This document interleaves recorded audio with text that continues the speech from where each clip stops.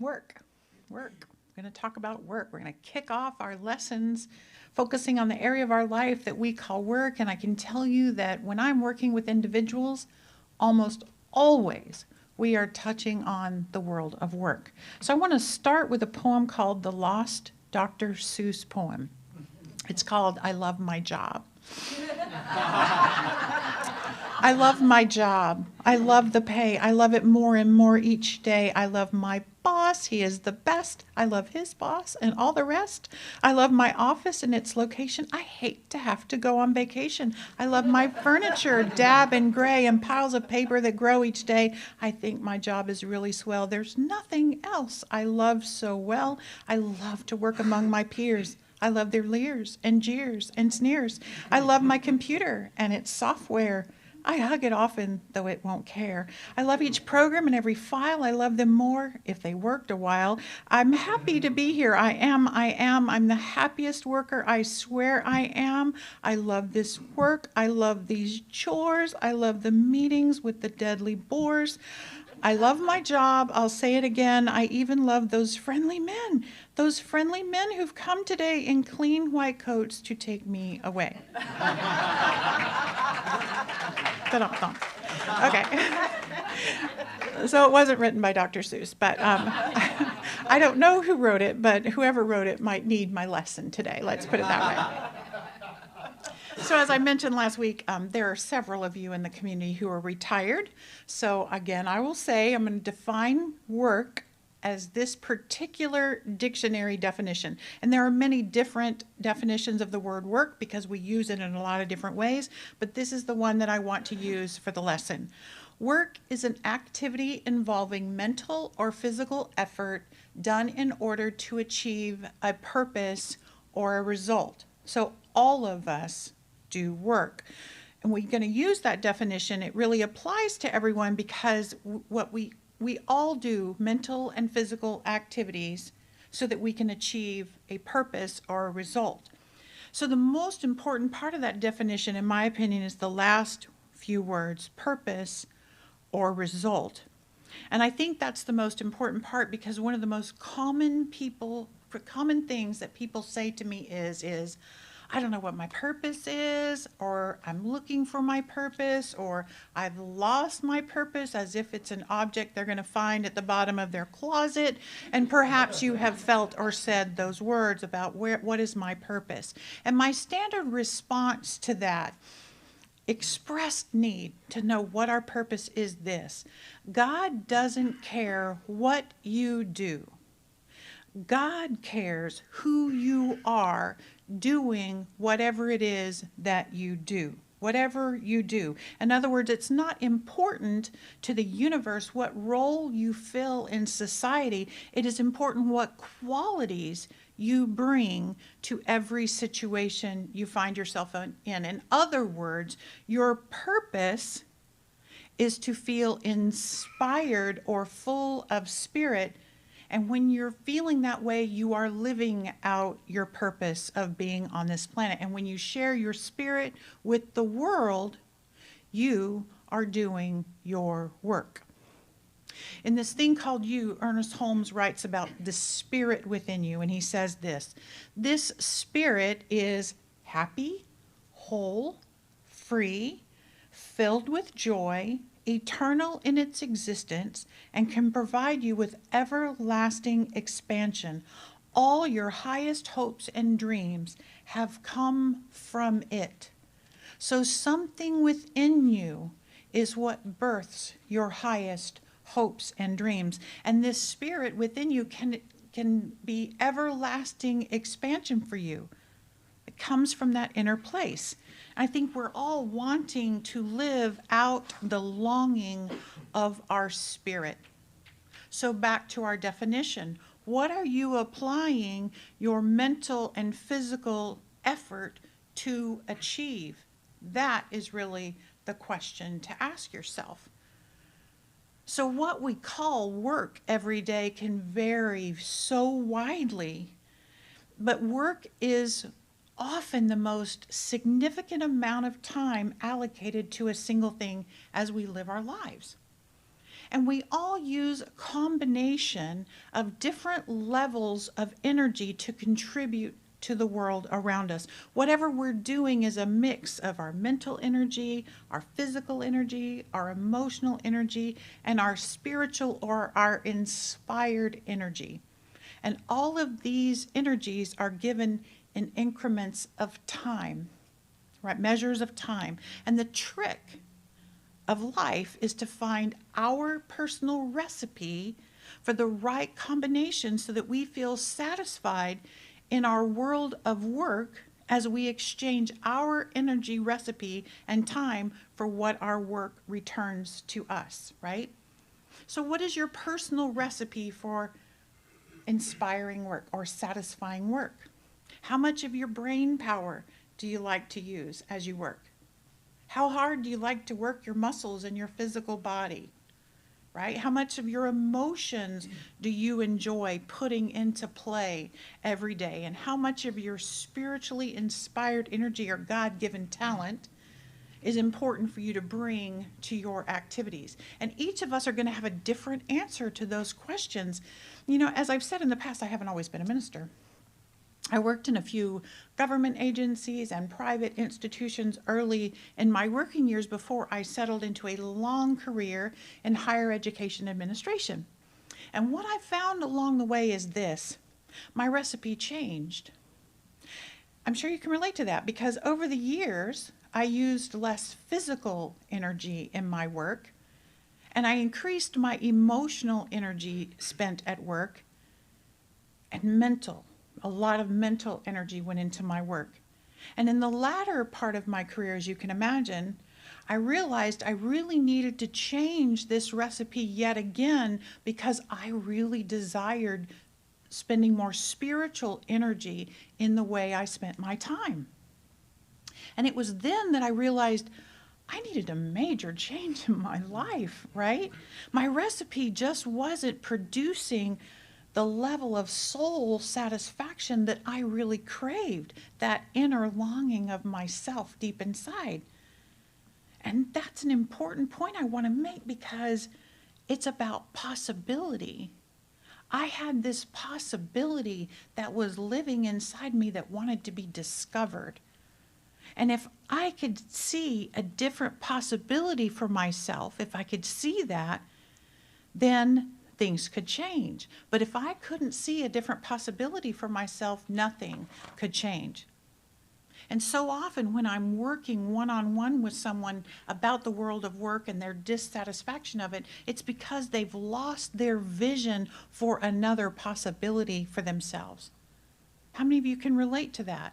You know, how many of you have ever felt stuck in a situation that you didn't love, but you couldn't see another possibility for yourself? It happens a lot.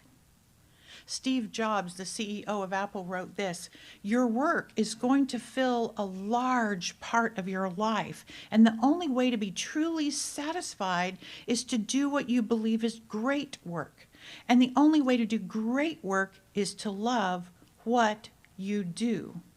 Do you love what you do? That was Derek's first song, "Go Where the Love Is." Here's the spiritual truth. Everything in life is an energy exchange. And I teach this in a lot of classes, but I think it's important to bring up here. Everything in life is an energy exchange. You run energy out of yourself, and the universe returns that energy to you, using whatever means that you see as realistic for yourself. So you're running your energy out, and if you believe energy can come back to you from these different places, realistically, that's where the energy will come back from. But you must first give your energy to something freely. Andrew Carnegie said, if you want to be happy, set a goal that commands your thoughts, liberates your energy, and inspires your hope. I love that little bit, liberates your energy. In other words, if your work makes you feel energy surge, you're probably in the right place. You're probably in the right place. Most of us are aware that we are participating in an energy exchange, but you may not call it that. So let me talk about that a little bit. So we're all in an agreed upon energy exchange in every work situation we're in, and actually in every relationship. We're going to stick with work, but I give something and the world gives something in return. So most of us have an agreed upon energy exchange, and it looks something like this. I'm going to give you 40 hours of my time or so. I'm going to give you my brain to solve your problems and formulate your message. I'm going to give your customers my emotional energy and my problem-solving skills and my compassion and my sense of understanding.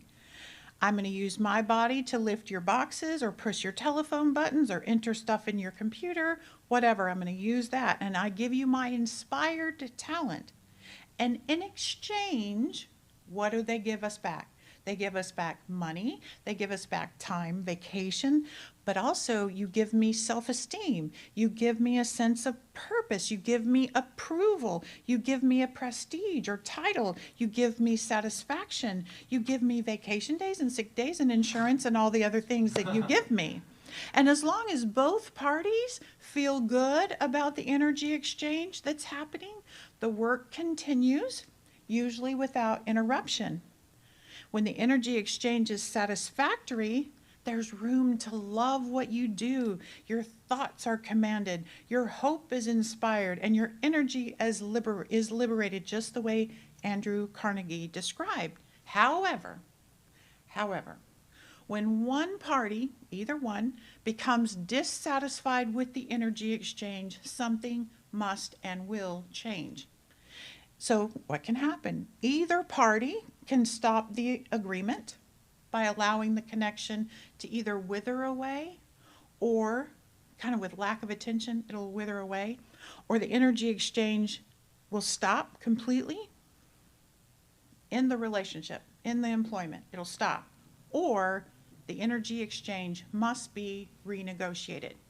So maybe one party will ask for more effort, or more collaboration, or greater energy to be exerted, or maybe the other party wants more money, or a better title, or more time off, or whatever.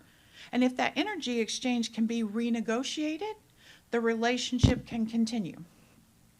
But if the energy gets depleted or runs out, it is over. And sometimes we sit in the overness way too long. So what happened to me is, there came a time when I had come to the end of the energy exchange renegotiating. I had renegotiated the heck out of it. But there was no way my old career was ever going to give me that level of spiritual energy exchange that my soul craved, right? You can relate to that. I was no longer interested in giving that much of my time and physical energy and brain power to anything that didn't fulfill me spiritually.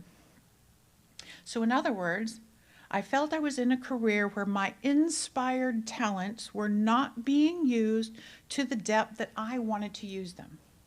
I was getting all the agreed upon elements of the exchange, but I wanted something that was not available there.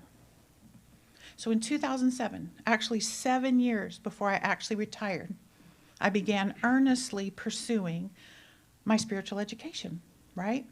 By taking certificated courses that all you know how to take, practitioner studies, eventually went to ministerial training, and I worked and studied simultaneously for 7 years while I still was in that other career. I honed my talent for teaching and speaking and counseling and all that. I invested in my future beyond my career. But I also did something else. I began to explore the world of spiritual centers. I began to get a clear idea of another possibility for myself, what the world would look like if I made this big change. In other words, I began to expand that sense of possibility. I remember praying and asking Spirit to make whatever work I did my ministry, to clear a path for my inspired energy to run at work in my career. So I began to bring my spiritual energy into my career. My coworkers call it my woo-woo days. I started having woo-woo conversations about, in the middle of corporate meetings, like, what you pay attention to, you get more of. They were kind of, I was using spiritual principles to teach corporate things, whatever. But I challenged myself to see everyday wonder at work, right where I was. Let me stop and define the word wonder really quick, okay? Wonder is this. Wonder is a feeling of amazement blended with esteem caused by something beautiful, unexpected, unfamiliar, or inexplicable. That sense of wonder. I brought a new sense of wonder in. Socrates says that wonder is the beginning of wisdom. The beginning of wisdom. So when I turned my sense of wonder up, I knew I had to turn it up. And I had to find wonder in my world of work right where I was, because I knew I had to love where I was if I ever wanted to be complete with that and move on. There's a secret there. So I deepened my gratitude for my everyday conversations with people, especially the ones that fulfilled me beautifully. I looked around for the team members I adored, right? I made note of the difference that I made in people's lives, and I kept this folder of thank you notes that people had given to me. I became mindful of all the sources of gratitude and the success that I had experienced. I began to notice the synchronicity of the days unfolding. I brought wonder to work. In other words, knowing that I wasn't going to be there forever, I made every day count. So when you know you want to leave a place, make every day count. Find the wonder of it. So many of us, can wake up and find ourselves in a place we no longer want to be. And often that happens in the world of work. Sometimes we can drop into complaining with our coworkers. That's what happens when we get there. Instead of searching for solutions, we talk at the same level we are, because when you're going for solutions, you go up and come and have a conversation. If you're just wanting to kind of kvetch, as people say, you talk laterally, right? So complain. And sometimes we feel trapped because we can't see another possibility for ourselves. We need the money and other things that the job gives us, so we get stuck. So the spiritual truth is we can't fully release where we are right now until we love and accept where we are right now. So it's important to look around and see the everyday wonder in the work you're doing today. And one way is to open your eyes and to see how the qualities of spirit are present in your experiences today, in this current situation. Where do you see balance on display in your life? Who or what do you love in your world that you're in right now? What is working for you beautifully? How can you appreciate the little moments of peace and harmony even more? The reason I showed you that video is because I wanted you to see that God is in every little detail, but you got to wake up and see it. Another way to start is to become mindful for the things that you are grateful for in your current situation, to find the wonder in all of it. How many good things has your job offered you, or however you're making a difference? What is the good that flows to you from that? Maybe the health insurance or the other benefits have served you well, or you've been blessed to learn something unique in your current situation, or what are the grateful opportunities that you've had? The possibilities for gratitude are really endless. And then do that. Explore the possibilities. Nothing can change in outer form. We teach this every day. Nothing can change in outer form until you change your mental picture. Is there a way for you to experience what is missing in your world of work in a time and place away from that? Imagining something new can often bring up fear of change. So it's important to know that your possibility lies on the other side of that fear. The bottom line is, if we aren't our best self in the world of work, where we spend so much of our time, we've got to take a look at that. We have to take a look at it. I'm not saying that everything good thing in your life has to come from work. That's not what I'm saying. But if you have no time or energy to explore and experience your best self in other ways and other places, it's time to renegotiate that energy exchange. So that is really my message for you today. First, realize that who you are is much more important than what you do with your time. Second, analyze what your ideal energy mix is so that you're giving what you most want to receive back in life. Third, if you're spending time doing something that's not the right energy exchange for you, renegotiate or prepare to make a change. Fourth, find the wonder every day, right where you are right now. Make it your spiritual practice to dedicate your best self to every hour of the day, no matter what you are doing, no matter where you are. Where we begin matters. So begin this moment, right where you are in your life. Work and love are happening right there. Now is the moment to influence your experiences with your deepest spirit. So I want you to make this month all about taking your wonder to work. Take that spiritual perspective to work. Look around for new ways of seeing things, for possibilities that you may never have explored. So no matter what you're doing with your time, let the light of wonder guide you to explore whatever it is that you're doing in the world. Because your most authentic way of living is found on that path of wonder, even at work. And so it is.